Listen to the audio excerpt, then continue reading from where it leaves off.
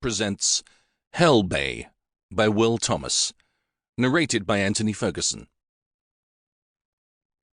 Prologue. Harold Throgmorton's face was florid. He had exerted himself too much for a man approaching 70. He'd reached that age at which a man should sit back and take his ease in life, and even consider an end to work entirely, with a modest pension. And yet there were few pleasures here at the Bromley boarding school he would miss.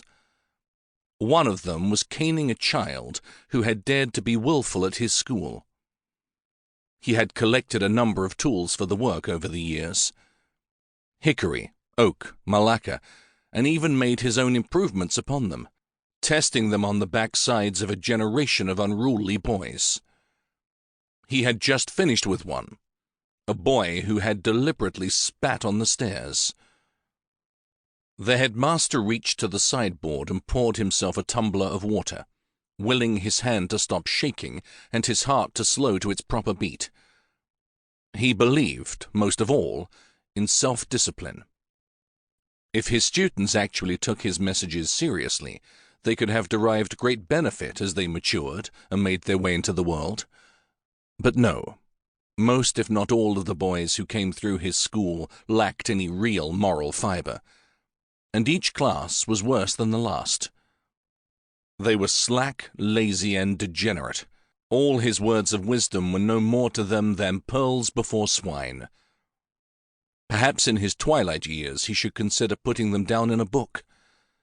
There might yet be someone in the world who could appreciate such razor-sharp foresight. He should have gone to London, he told himself, far better than flogging his life away here in far-off Cornwall. He could have been a headmaster at Eton or Rugby by now. Had he taken the easy way through life? Positions were always open, but hard won. He had talent. He should have tested it against the best and brightest England had to offer. He could even have taught in Europe at a university, Heidelberg or Berlin. Yes, perhaps he had allowed himself to take an easy route, running a choice boys' school on the west coast for 40 years. Once he'd been the youngest headmaster he knew. Now he was the oldest. There was a knock at the door. "Come in," he called. The door opened and a dried old trout of a fellow entered. "What is it, Walpole?" "The tomatoes, sir," the bursar said. "From the grocer. They were bad, the entire bushel. The cook will have to change the menu."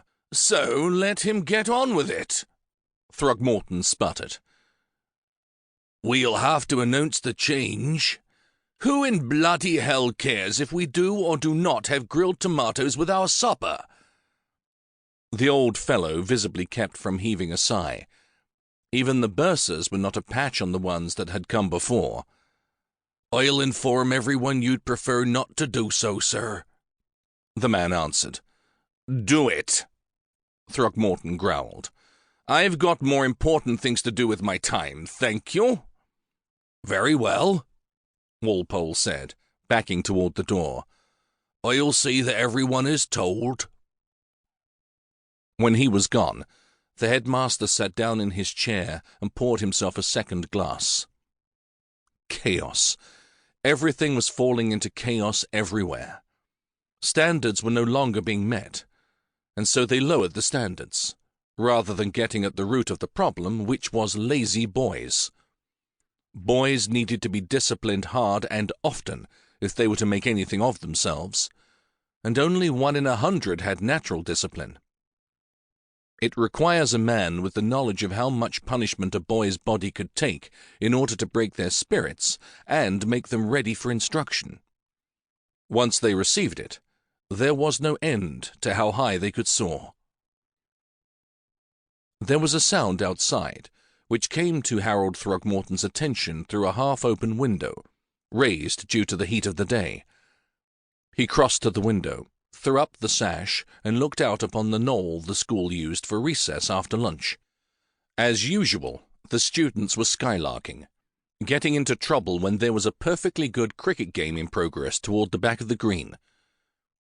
Throgmorton